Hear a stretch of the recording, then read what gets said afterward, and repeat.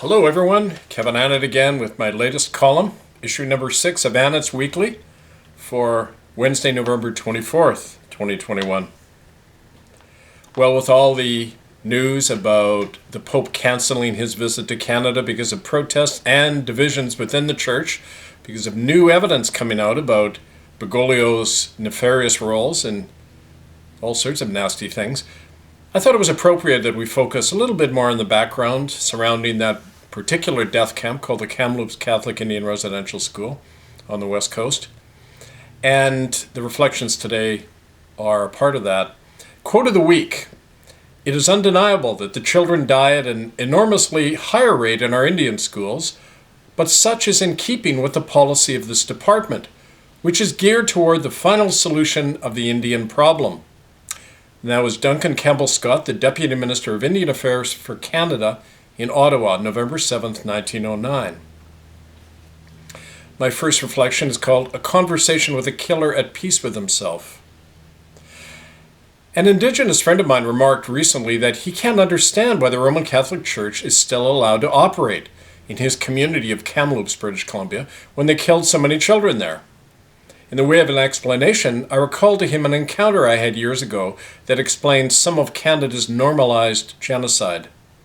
It happened during the summer of 1996, early in my campaign to uncover the slaughter of Indian residential school children. A stranger phoned me up and claimed that he had worked at the Catholic school in Kamloops and he wanted to see me. So we met over tea at a cafe in Vancouver's east side. Well, the stranger was a white man in his 60s. With documents and photos, he revealed how he had been a boys' dormitory supervisor for over a decade at the Kamloops Indian School. "I see you're getting headlines for your work, but you're only scratching the surface," he said to me. "The full story will never be allowed to come out." I listened in horror as the man proceeded to describe the nightmare that was daily life in Kamloops Indian School. The routine of deliberate starvation, prescribed tortures, and secret nightly burials of the hundreds of children who were killed during his time there between 1952 and 1961. The first offense for the kids who ran away was a week on bread and water. After that, the punishment got more severe. "How severe?" I asked him, as I jotted down his words. "We had stocks in the playground. We put the bad kids in there, rain or shine. Often they'd be left in there to die. There were a lot of deaths in the school, too many really, but we had a quota to fulfill. Eventually we were burying kids 2 and 3 to a grave, out behind the garbage dump. We left it to the local Indian chiefs to dispose of all the bodies so we wouldn't be implicated." His matter-of-fact tone caused my blood to boil, but I stammered, "What do you mean, a quota to fulfill?" He shrugged nonchalantly. "It was common knowledge, a practice going back before World War I. The government and the church required that we lower the number of kids in the school by at least a third every year. No questions asked. We were totally protected by the Mounties, so we didn't have anything to worry about." "And how did you lower the number of children?" I asked. "We often just let them starve to death. But the preferred method was to lock the kids in together, the sick with the healthy, and never help any of them. That way tuberculosis wiped out most of them. A so-called natural cause, you see? All neat and tidy on the records." Well, that was a very un-Canadian moment when a participant in the mass murder of children admitted to the crime. The old man actually smiled as I said, "And nobody objected?" "Object? Why would anyone object? It was all government approved." The killer proceeded to describe how the children were farmed out to local hospitals to be sterilized or to be used in drug testing experiments that profited the Catholic Church immensely, and how they were sold to rich child rapists and then vanished forever, and were held down as their teeth were yanked out without painkiller to save local dentists the expense of using Novocaine. The man even described how the remains of children who were beaten or tortured to death were always incinerated to destroy telltale evidence of how they died. Well, my naivety at the time leapt out full-blown as I exclaimed, "But how can you just sit there and talk so calmly about killing children?" The old man seemed confused by my words, but he finally said, "It's not easy to understand what we had to do. And don't think it didn't bother me for a while, but you can get used to anything." "And you can sleep at night?" I challenged him. "Of course I can. I'm a deacon in my church and I have 5 grandchildren. I'm a happy and contented man." And he was indeed like anyone who's the well-adjusted product of a psychotic regime. Yet I couldn't resist asking him, "But how can you be happy knowing what you did?" He smiled the kind of bland self-assuredness you see in the pews on church Sundays, and then he said, "Because I know that God forgives me." Well, Sigmund Freud said that it's always possible for a certain number of people to bind themselves together in love, but only as long as there are other people left over to receive their aggression and violence. Freud said that that's how what we call civilization stays together, by saving some and condemning others to death, even children. All of it performed neatly, legally, and morally, and always with God on the side of the killers, just like in Canada today. Flowing from that, and by the way, the evidence of all of that is found right here. MurderByDecree.com has the entire text of the book, but it's condensed into 4 hours of videotape, which was the evidence used at the common law court trial that convicted the Catholic Church and Crown of England and the government of Canada and its churches for genocide. So when you're looking for the evidence, MurderByDecree.com. Next reflection, navigating the Black Ooze, or how much of this will you read? 4 years ago, I published a play called The Land of No One. It's a factually based tale of a Canadian church doctor who for many years experimented on and killed Native children in West Coast Indian hospitals, the truth of which surfaces to haunt him and his family. On 2 occasions, this play was picked up by community theatre groups, one on Vancouver Island, the other in Ontario, and production on both had begun, when suddenly it was cancelled without explanation. The same curtailment of my play has just happened again recently, but this time in America. And this time, at least they gave a reason for why they cancelled it. A Sacramento alternative theater group known for its politically radical productions had enthusiastically embraced my play, The Land of No One, and had begun reading and casting for it. But then I received a worried call from one of their people. "I'm afraid we can't produce your play as it stands now," said the man curtly. "Oh, really? Why is that?" I asked. "Well, you mentioned vaccinations and microchipping. If you remove those references, we might consider doing it."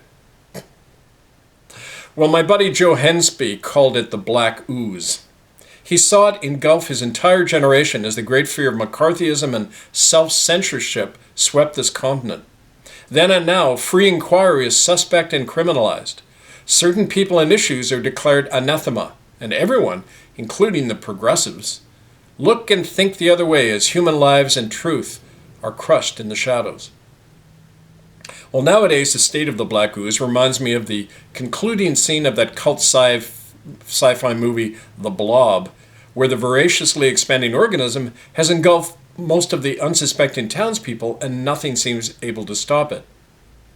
When my 92-year-old father, Bill, asked me today how I'm doing, I told him I felt like I'm perched in the upper branches of a tottering tree as the floodwaters rise all around me. "Well, hell, Kev," he replied laconically, "that's nothing new for you." A case in point. One rainy Vancouver morning in April of 2006, I stood with a few Indians outside Christchurch Anglican Cathedral in downtown Vancouver, holding a soggy sign about the children the Anglicans had murdered. A frowning woman reporter from BC Television came to me with her cameraman and demanded, "Reverend, these claims you're making about children being killed in residential schools seem pretty wild. What proof do you have?" I gestured to an elderly Native woman standing nearby. Her name was Harriet Nahani. I said, "She witnessed the murder of a girl named Maisie Shaw in the Alberni school. Why don't you interview her?" Well, the reporter gave a startled and then horrified look at Harriet. She waved off the cameraman, and she hurried away from me and Harriet. Canada, folks. Well, encouraged by the prevailing Black Ooze, the latest batch of genocide naysayers are cropping up again across Canada, whether by design or simple knee-jerk reflex, now that dead little Indians are rising once more from their graves. That's to be expected in a place like my country, which, like an untreated psychopath, must deny the murder weapon in its hands and threaten anyone who points it out. The same folks who go ballistic over the present COVID restrictions refuse to believe that our present police state has been around for a long time, and right from the beginning, as a matter of fact. It just never touched them. Last Wednesday, in response to the naysayers, I published the complete record of evidence that I've already pointed out to you. This evidence proving how and why genocide happened against Native children in Canada for over a century. All of the details are in there. Admissions at every level that it was going on. These 4 hours of scrupulously researched video-recorded evidence include news reports, eyewitness statements, archival documents, even forensic analysis from digs, and that was gathered over 20 years at great, enormous cost for me and many other people. It's actually the evidence that compelled Canada's pseudo-apology for residential schools in July 2008 and helped force Pope Benedict from office in February 2013. But to Canadians, this might as well not exist. Their level of interest in its horror proof is next to nothing, especially the academics, the librarians, the journalists, and all the freedom activists. Well, perhaps the present ooze is best summed up by the immortal words of the first United Church official ever to toss him from a job, Paul Mills, who was a Bay Street lawyer and chairman of the board of the United Church's Fred Victor Mission in downtown Toronto, where I worked. When I wrote to him about the drug dealing, the rape, the child trafficking, and the money laundering going on down at his mission, he summoned me to his office and he said to my face, "We know all about those things. The only problem here is that you wrote a letter about it." Oh, Canada. Part 3. Absolving ourselves. Canada's very own post-Vietnam pastime. One of my strangest encounters as a clergyman was with a nice young man in my congregation named Mike.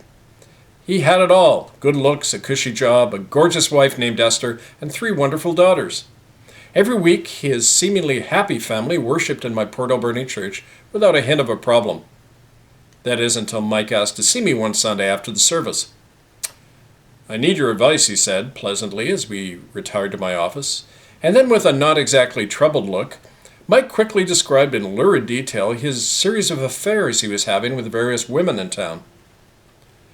Well, after a few minutes of his voyeuristic account, I interrupted him by asking, "So what do you want advice about exactly?" He gave me a smirk and he said, "I just wanted to know if you think it's okay." Well, I stared at him dumbstruck and finally said, "The issue is whether you think it is, Mike." "Oh yeah," he said casually. "It's not really cheating on Esther because I keep my underwear on during sex." Well, Mike's attitude is consummately Canadian. His adultery isn't actually adultery to him because he wore his jockey shorts while he was doing it. Just like to his United Church, its genocide of little children isn't actually genocide because it wore what it considered a good intention at the time. Well, lying to ourselves seems to be a national pastime here in the Great White North, which tends to happen in a killing zone. The time after the orgasmic frenzy of a war, whether foreign or domestic, is always one of post-coital reflection. And the other day I stumbled across a remarkably precise description of today's blithely self-assuring mood of bogus reconciliation across Canada, now that it's pretending to look at the mass graves of its little brown victims. It's a passage from the autobiography of American playwright Arthur Miller, who describes what he saw as the self-delusion into which America was plunging soon after its own genocidal war in Vietnam. He wrote, "In time, after the conflict, the system would invent a redemption, cooking it up like a movie script out of the longings of the audience. What had become common tragic knowledge was carefully rewritten by experts in denial, who gave us in myth the victory that eluded us in reality. Our pain was apparently too great to bear if untempered by the merest meaning, and so the doors were thrown open to an orgy of sentimental self-appreciation, and we were standing tall again on the same quicksand of unreality as ever. The monumentalized dead were imagined rather than mourned, and avoidance was the survivor's lot.